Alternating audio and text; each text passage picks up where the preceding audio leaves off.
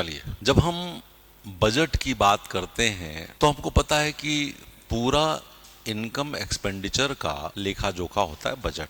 कहाँ पर खर्च करेंगे, कैसे खर्च करेंगे, कहाँ से पैसा आएगा, रुपया कम्स हियर रुपया गोज हियर, ऐसे लिखा रहता है नहीं। तो बजट क्या है? It is annual financial statement. यदि पॉलिटी में लिखोगे तो आर्टिकल लिखोगे, इकोनॉमी में लिखोगे तो सीधे भी लिख सकते हो, लेकिन आर्टिकल डाल दोगे तो ठीक होगा। इसमें रिसिट्स और एक्सपेंडिचर होते हैं गवर्नमेंट के एक फाइनेंशियल ईयर का। ठीक है, इसके 3 पार्ट्स हैं।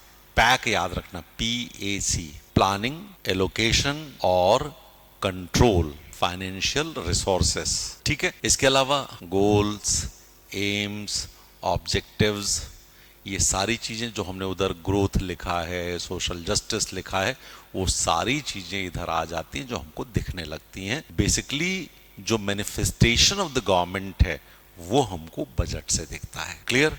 और इसीलिए हम ये कहते हैं कि भाई इससे हम सोशल जस्टिस भी करते हैं, इकोनॉमिक ग्रोथ भी करते हैं और सेक्टोरल डेवलपमेंट भी करते हैं कि भाई हम एग्रीकल्चर के लिए क्या करेंगे, इंडस्ट्री के लिए क्या करेंगे, सर्विस के लिए क्या करेंगे, सोशल में हम बच्चों के लिए, बूढ़ों के लिए, बुजुर्गों के लिए, महिलाओं के लिए, SC ST OBC के लिए, फिजिकली चैलेंज लोगों के लिए, ये सब हमारा उसमें दिया रहता है ना। तो एनवायरमेंट के लिए, इकोलॉजी के लिए, सबके लिए उसमें कहीं ना कहीं एलोकेशन होता है। क्लियर? तो ये judicious instrument of receipts and expenditure है हमारा। अब इसके हमारे फंक्शंस क्या क्या होते हैं? एक तो हम कहते हैं rapid and balanced economic growth, social welfare, redistribution of income. हमने ज़्यादा पैसे लिए टैक्स लगा करके ज़्यादा सुपर रिच पर, और उसको हमने गरीबों में बांट दिया, डिप्रीव्ड क्लासेस को।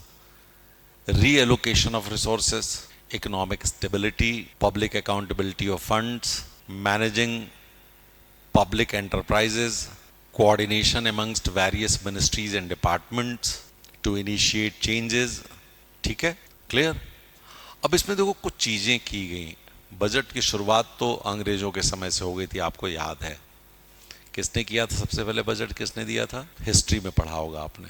अंग्रेजों में किस गवर्नर जनरल एंड वॉइसरॉय ने बजट शुरू किया था? किसके समय में पहली बार बजट आया है गवर्नमेंट ऑफ इंडिया में? ईयर कौन सा था? किसने दिया था? First budget introduced in India by governor general. First governor general कौन था and viceroy? Warren Hastings. Warren Hastings तो सिर्फ गवर्नर जनरल था, वॉइसरॉय कहाँ था? Lord Canning. आगे मिल गया। फिर इतना लेट कैसे हो गए? किस ईयर में? 1860। याद आ गया? तो ये तो नहीं भूलना चाहिए था। देखो ये छोटी छोटी चीजें हैं, क्रॉस पढ़ते रहना चाहिए, इंटरडिसिप्लिनरी होते रहना चाहिए तुम्हारा। ठीक है, लेकिन यदि हम पोस्ट इंडिपेंडेंस की बात करें, देखो हम उसके बारे में बात नहीं कर रहे हैं जो पब्लिक एडमिनिस्ट्रेशन में या उसमें पढ़ते हैं हम लोग कि भाई लाइन एंड ऑफ बजट क्या होता है, वो सब हमें ज़रूरत नहीं है। 1968 में पहली बार परफॉर्मेंस बजट की शुरुआत हुई। किसकी शुरुआत हुई? फाइनेंस में जो परफॉर्मेंस बजट है वो 1968 में।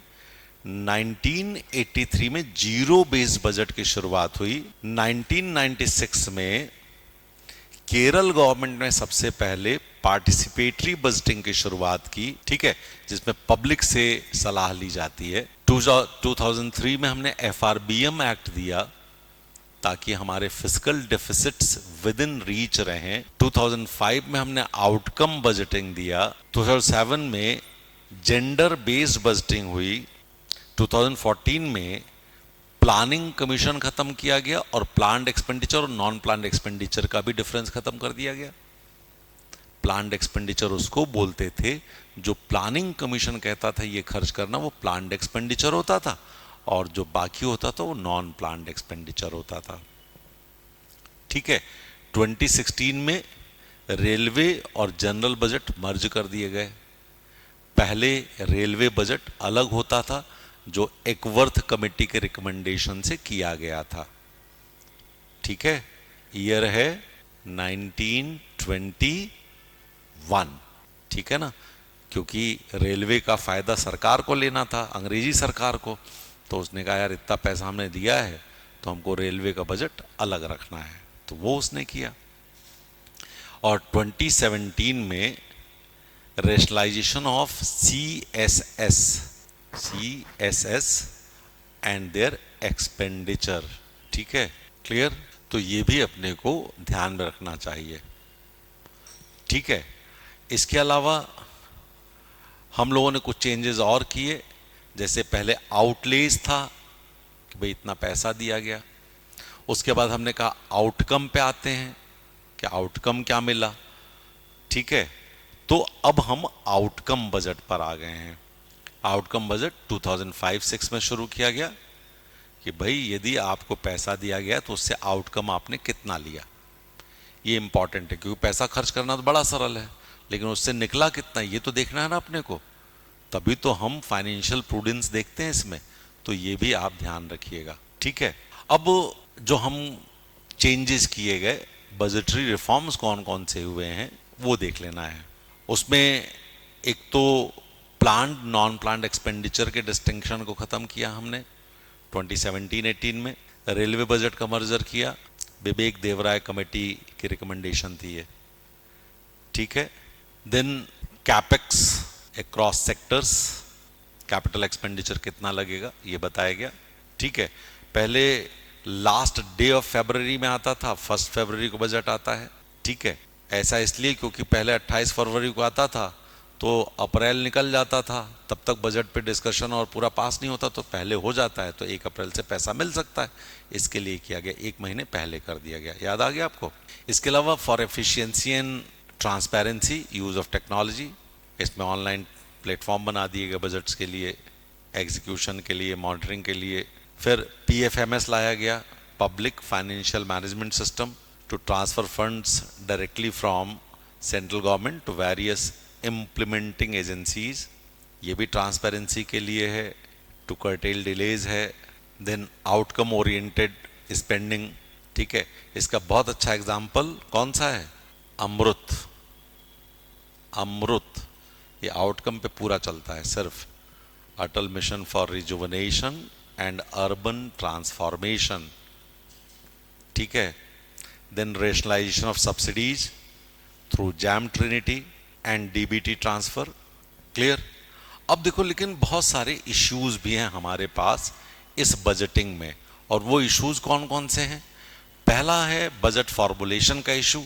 We have not achieved complete outcome budgeting till now. Then unrealistic budget estimates leading to credibility deficit. Issues of data deficiency or incredible data. Then skewed focus on revenue expenditure than capital expenditure. Low share in gender allocation. Public participation is still very low in India due to lack of awareness and inadequate allocation in critical sectors like health, education, research and development. इसमें हम अभी भी कहते हैं जितना पैसा देना चाहिए था उतना पैसा हम GDP का इसमें नहीं दे पा रहे हैं। फिर ये तो हो गया बजट फॉर्मुलेशन की परेशानी। बजट एनेक्टमेंट की परेशानी। एनेक्टमेंट का मतलब यदि आपको नहीं पता है तो मैं बता देता हूं क्या होता है budget enactment.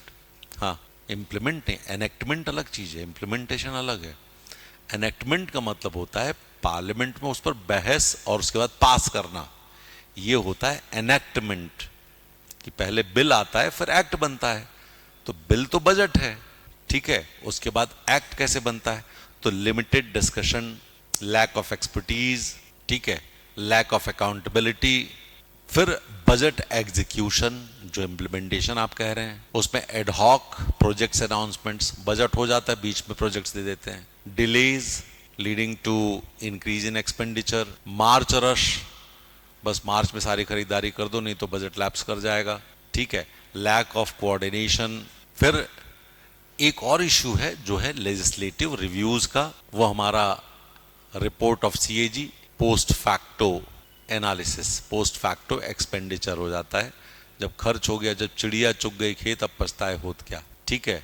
Then limitations of parliamentary committees, increased passage of supplementary grants without scrutiny, of budget borrowings, ये सब हो रहा है और इसलिए ये परेशानी है। और इसलिए इनके लिए हमको क्या करना पड़ेगा, हमको बजट क्रेडिबिलिटी बढ़ानी पड़ेगी through credible data, through macro economic forecast, establishing a fiscal council, independent assessment, transparency, accountability, establishing an independent parliamentary budget research office, inclusion of climate responsive budgeting, ये सारी चीजें आपके उसमें हो जाएंगी।